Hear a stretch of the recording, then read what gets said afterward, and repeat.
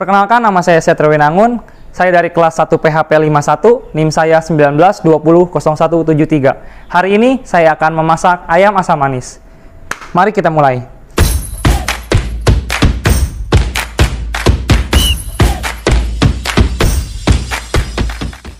Bahan-bahan yang dibutuhkan itu ada wortel, bawang putih, saus tomat, saus sambal, gula pasir, tepung tapioka, bawang bombay, tepung Kobe, dan yang terpenting itu ada ayam. Di sini ayamnya sudah dipotong kecil-kecil menjadi beberapa bagian agar proses matangnya lebih mudah.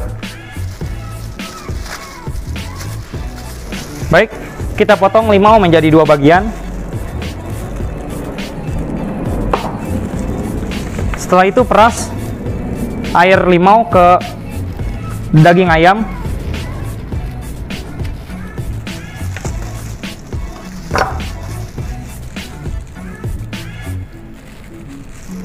Setelah itu kita aduk-aduk.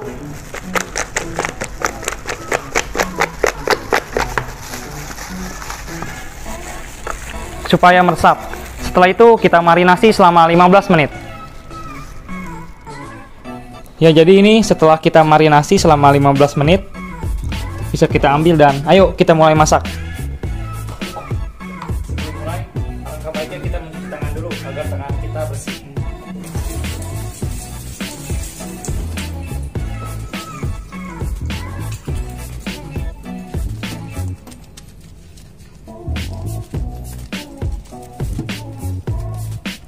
Setelah itu bilas dengan air mengalir.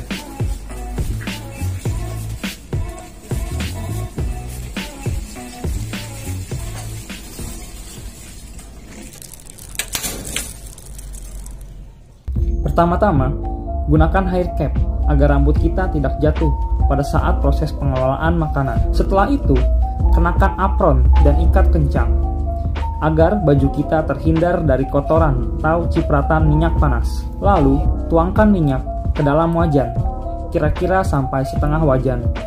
Masukkan ayam yang telah dimarinasi pada tepung yang telah disediakan. Aduk-aduk sampai merata. Setelah merata, masukkan ayam ke wajan yang berisi minyak panas. Pastikan bahwa minyak telah panas. Selama proses penggorengan, pastikan ayam dibolak-balik agar tidak menempel dan matang dengan sempurna. Setelah 10-15 menit, warna ayam sudah kecoklatan, lalu kita angkat dan tiriskan. Setelah itu, kita buat sausnya. Pertama, masukkan mentega pada wajan yang telah dipanaskan. Lalu, masukkan bawang bombay yang sudah dipotong-potong. Setelah itu, masukkan bawang putih yang sudah dicop. Dan masukkan wortel yang telah diparut. Kita aduk agar matang sempurna dan tidak gosong. Masukkan saus sambal ke dalam wajan. Lalu masukkan saus tomat. Tambahkan sedikit air. Tuangkan tepung maizena yang telah dilarutkan dengan air agar tidak menggumpal. Dan masukkan sedikit gula pasir. Setelah tercampur merata, masukkan ayam yang telah digoreng ke dalam wajan.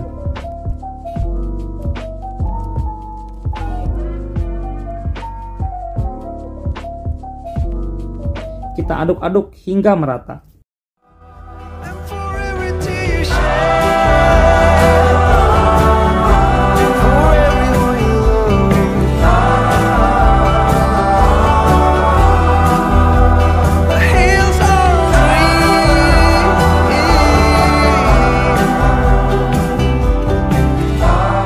Nah, ini dia ayam asam manis ala Satria Winangun.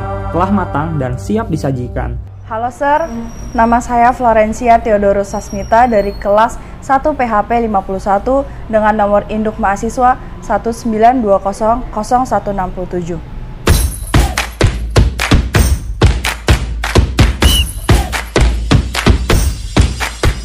Di sini saya akan melanjutkan penjelasan yang telah dilakukan oleh teman saya, yaitu Satria Winangun.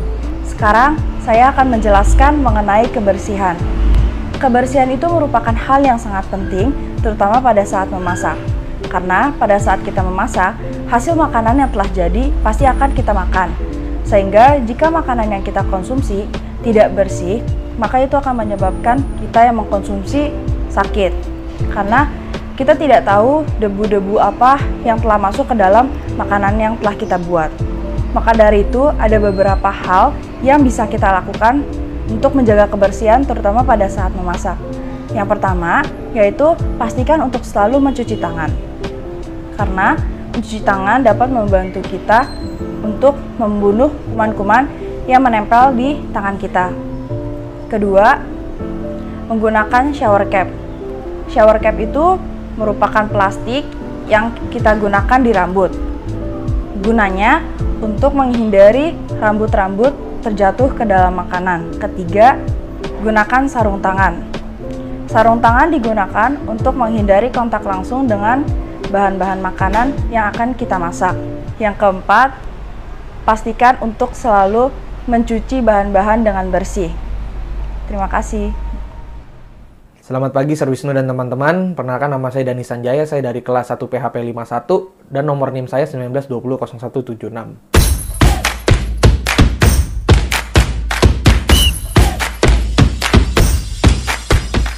Hari ini saya akan membahas mengenai kesehatan. Kesehatan adalah modal utama dalam beraktivitas sehari-hari. Energi yang kita gunakan itu berasal dari makanan yang kita makan. Nah, maka itu kenapa kita harus makan makanan yang sehat dan bergizi. Ada 3 kesalahan dalam masakan yang dapat berbahaya bagi tubuh. Pertama, menggunakan MSG.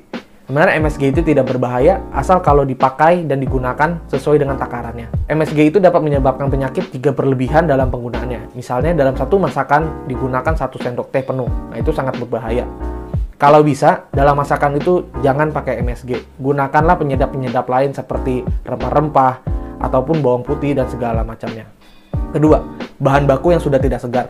Bahan baku yang sudah tidak segar seperti sayuran busuk, daging-dagingan yang sudah tidak layak konsumsi, itu dapat menyebabkan penyakit. Kenapa? Karena sayuran yang awalnya memiliki vitamin, mineral, itu dapat berubah menjadi racun dalam tubuh apabila sayuran tersebut sudah tidak segar. Dan berlaku juga untuk daging-dagingan. Yang ketiga, pengolahan yang salah.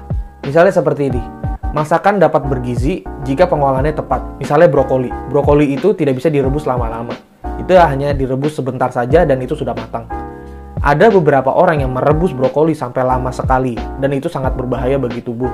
Dapat menyebabkan keracunan dan lain-lain. Tidak hanya brokoli, misalnya bayam. Bayam itu tidak bisa dikonsumsi lebih dari 5 jam dan 8 jam. Misalnya seperti ini, kita masak pagi dan kita akan konsumsi di sore hari. Nah, itu tidak bisa, karena bayam itu akan mengeluarkan racun yang sangat berbahaya bagi tubuh. Jadi, hindarilah 3 kesalahan-kesalahan ini dalam masakan yang akan Anda masak. Sampai jumpa! Halo Sir, selamat pagi. Nama saya Stefani dengan NIM 192000168 dari kelas 1 PHP 51. Hari ini saya akan menjelaskan tentang keselamatan kerja. Tapi yang saya akan bahas ini adalah keselamatan kerja di dalam hal masak dan memasak.